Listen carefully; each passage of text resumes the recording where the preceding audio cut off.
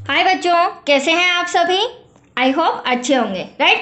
चलिए, मैं Yogita Prajapati YouTube channel पर आप सभी बच्चों का स्वागत करती हूँ और आज मैं आपके लिए लेके हूँ एक्सरसाइज 3.2 का क्वेश्चन नंबर 4, राइट बच्चों। तो चलिए करें स्टार्ट। देखिए, निम्नरेखिक समीकरणों के युग्मों में से कौन से युग्म संगत हैं अथवा असंगत हैं। यदि संगत है तो ग्राफीय विधि से हल कीजिए। अब ये संगत और असंगत क्या होता है, ये मैंने क्वेश्चन 3 में भी समझाया था, यहाँ भी मैं बता देती हूँ। संगत का मीन्स क्या है बच्चों, जो भी हमें सम दिया गया है, इक्वेशन दी गई है, यदि उसका कोई हल निकलता है तो वह हमारे लिए संगत हो जाएगा, और इस इक्वेशन को सॉल्व करने के बाद यदि उसका कोई भी हल नहीं निकलता है तो वो हमारे लिए असंगत हो जाएगा, राइट। और यहाँ पर कंडीशन ये रखी गई है सम के अंदर कि यदि सम संगत है, मतलब कि ये जो हमें सम दिया गया है, अगर इसका कोई हल निकल रहा है और वह संगत है तो उसे ग्राफीय विधि में भी हल करके बताइए। तो आया आपको सम समझ में, करें हम स्टार्ट। आइए देखते हैं, हमें इक्वेशन दिया गया x + y = 5, 2x + 2y = 10। तो मैंने आपको पहले भी समझाया था, यदि हमें इक्वल में 0 नहीं दिया गया है तो हमें इस इक्वेशन को अरेंज करना होगा। ऐसा क्यों करते हैं वो भी मैंने आपको बताया था। देखिए, प्लस का 5 इधर आके क्या हो जाएगा, माइनस का = 0। अब ये हमारा प्रॉपर इक्वेशन फर्स्ट आया है। ठीक ऐसे ही 2x + 2y प्लस का 10 इधर आके माइनस का हो जाएगा =0। इक्वेशन नंबर 2 मैंने आपको ये पहले भी ये समझाया था, इस तरह हम क्यों करते हैं। तो हमें जो इक्वेशन इक्वल के 0 हम लेके आए, मतलब जो हमारी इक्वेशन है इक्वल के उधर हमने 0 रखा है, तो हमें इस इक्वेशन की a1/a2 b1/b2 c1/c2 से तुलना करनी है। इस कारण मैंने 0 लिया है और जो डिजिट थी उसको इक्वल के इधर ले लिया। आया अब आपको समझ में।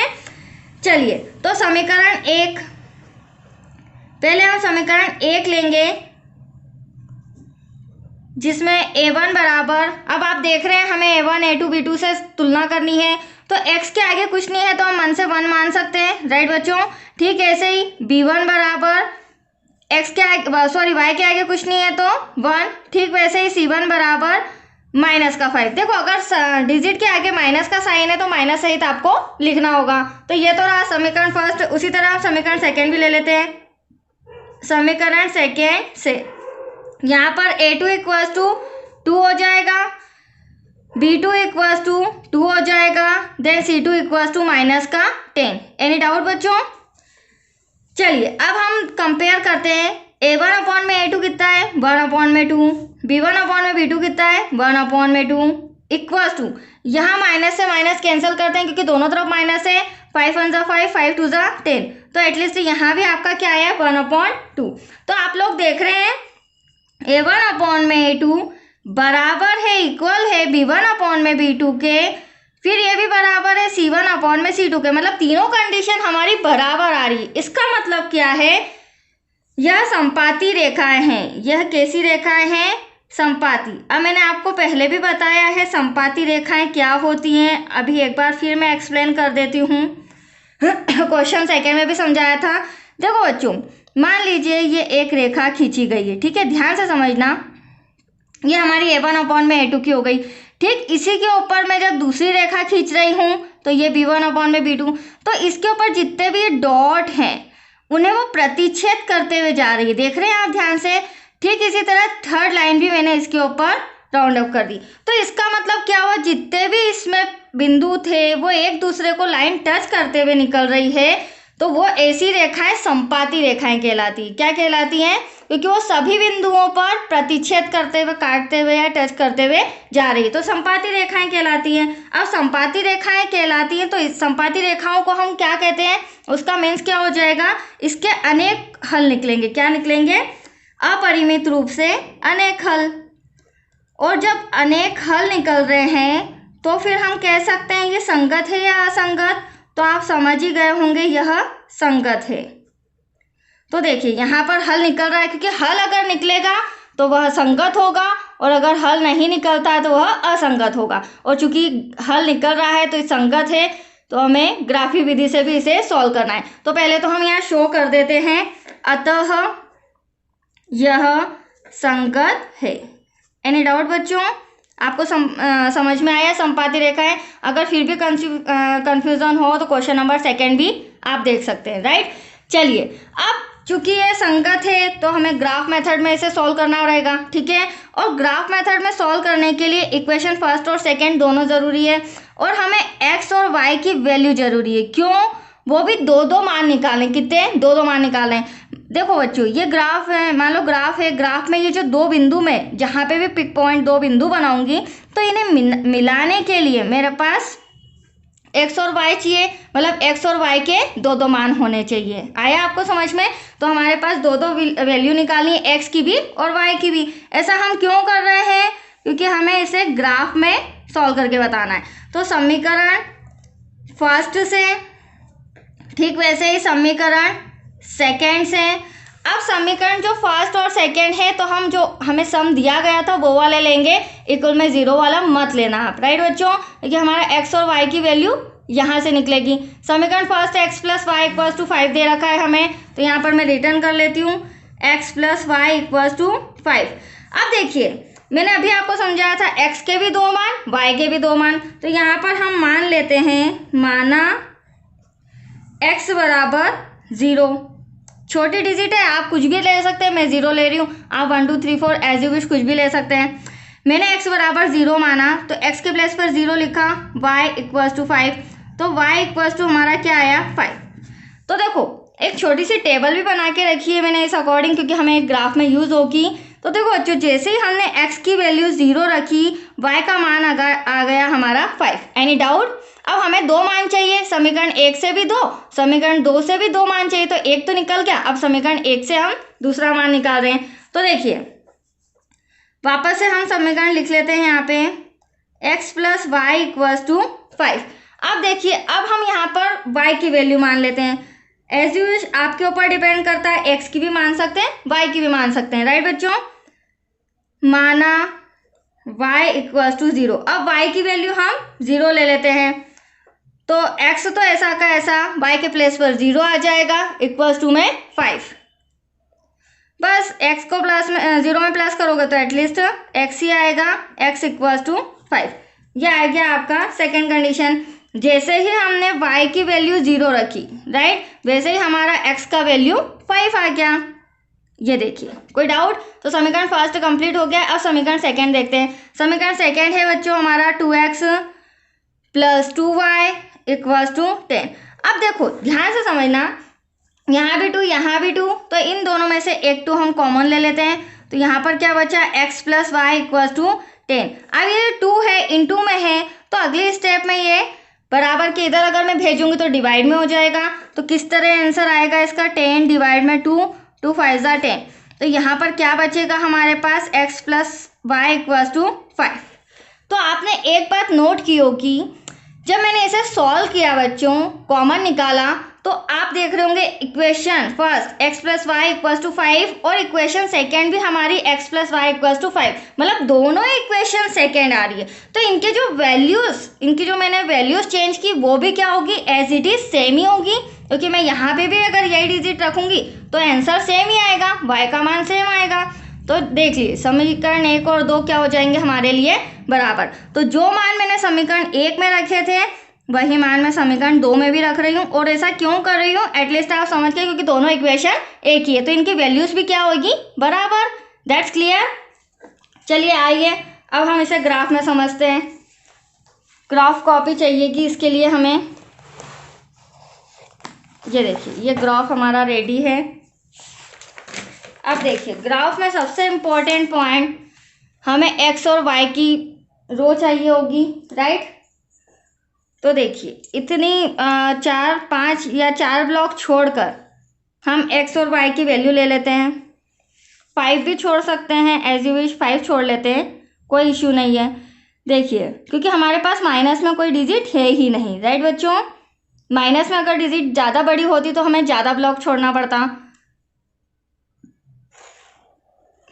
ये देखिए, ये जो हमारी स्टैंडिंग रेखा है ये हमारा y है और नीचे जस्ट y डैश हो जाएगा, राइट। अब मैं स्लीपिंग, तो नीचे से 5 6 ब्लॉक छोड़कर आप इस तरह से खींच सकते हो यहाँ पर, और ये जो मैं स्लीपिंग लाइन खींच रही हूँ ये मेरी x होगा,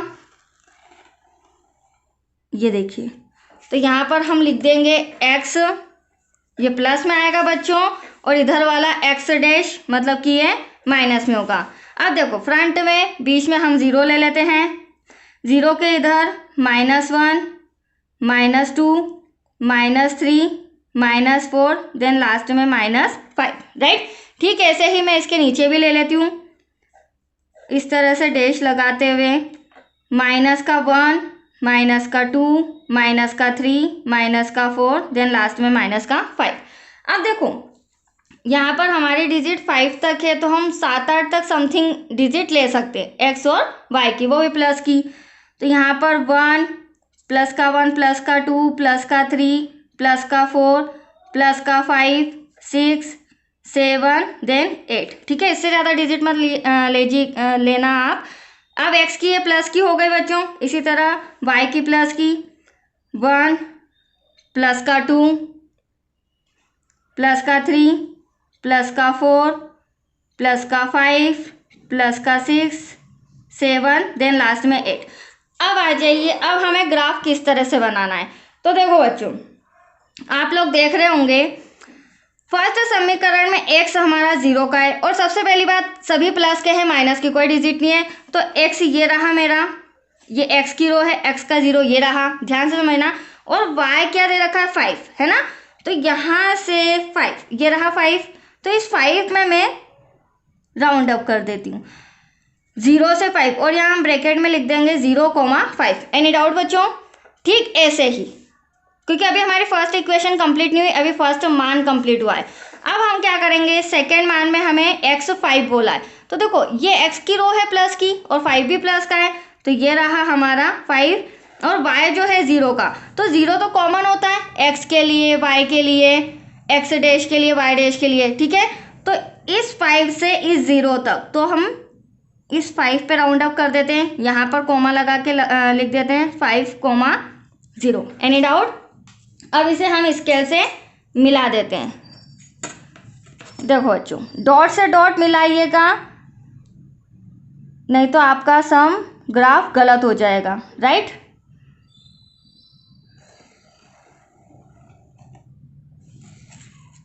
ये देखिए, आया आपको समझ में? तो ये था हमारा समीकरण फर्स्ट। अब समीकरण फर्स्ट क्या था बच्चों? समीकरण फर्स्ट जो था वो मैं यहाँ लिख भी देती हूँ, x + y = 5, राइट। ये ब्रैकेट क्लोज। तो ये हमारा फर्स्ट समीकरण कंप्लीट हो गया है। अब देखो, अगर मैं सेकेंड समीकरण की बात करूं, तो सेकेंड समीकरण में भी एज इट इज वही वैल्यूज है, 0 से 5, 5 से 0। तो ये क्या है, मैं इसी रेखा के ऊपर एक और रेखा खींच देती हूँ, क्योंकि एक्चुअल में क्या है, इक्वेशन भी वही है और हमारी वैल्यूज भी वही है। तो यहाँ पर मैं वंस मोर और रेखा खींच देती हूँ, तो हमारे दोनों समीकरण कंप्लीट हो जाएंगे। हालांकि है वो एक ही, बट आपको समझाने के लिए। तो इसी रेखा के ऊपर देखो मैंने वापस से एक और रेखा खींच दी। तो इसका मीन्स, इसका मतलब क्या हुआ, ये हमारी क्या हो गई, हल्का सा एरो बना के बता रही हूँ मैं, ये हमारी संपाती रेखाएं हैं। आया आपको समझ में? एक रेखा के ऊपर दूसरी रेखा खींचना संपाती रेखाएं कहलाता है। और जब ये संपाती रेखाएं हैं तो ये हर डॉट को काटते हुए, प्रतिच्छेद करते हुए जा रही है। ठीक है, तो ये हमारे लिए क्या हो जाएगी, इस अपरिमित रूप से अनेक हल हो जाएंगे। तो आप देख लीजिए, आपके सामने सॉल्यूशन है, जो मैंने आपको कॉपी में समझाया भी था, अपरिमित रूप से अनेक हल, वही चीज मैंने आपको ग्राफ में भी बता दी है। तो आया आपको समझ में बच्चों? चलिए, क्वेश्चन फर्स्ट तो ये हमारा कंप्लीट हो चुका है।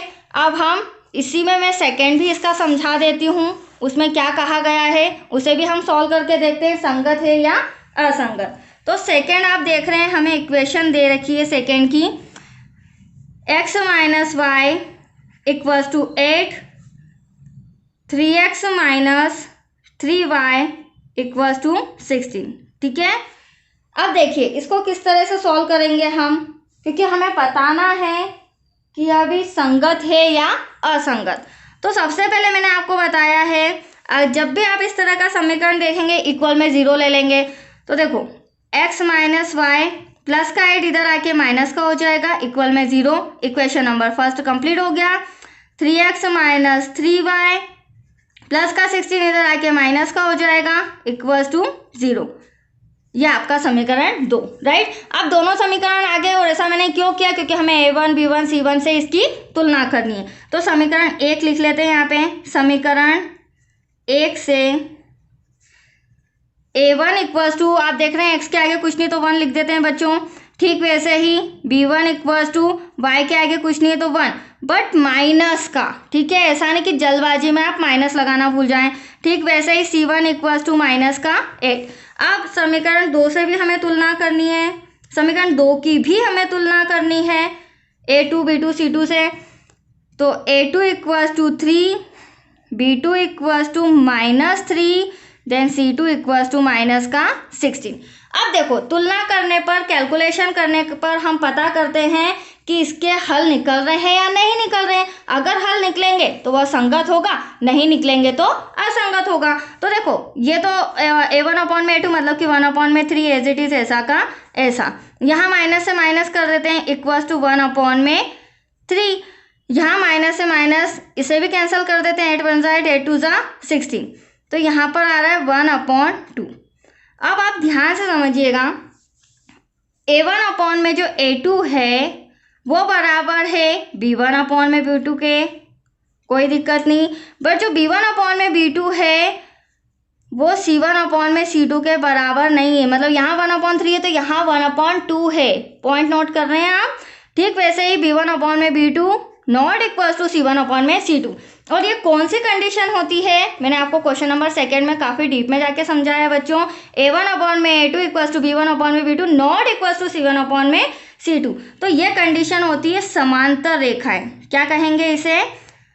समांतर रेखाएं। अब आप सोच रहे होंगे मैडम समांतर रेखाएं कैसे, क्योंकि फर्स्ट टाइम वीडियो देख रहे हैं तो आप लोग समझ जाइए बच्चों।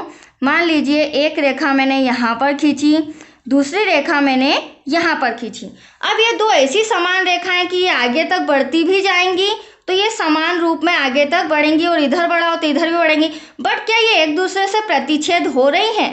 क्या ये एक दूसरे को कट कर रही हैं? तो इसका मतलब जब एक दूसरे से वो प्रतिच्छेद ही नहीं हो रही, टकरा ही नहीं रही, तो कोई हल निकलेगा क्या बच्चों?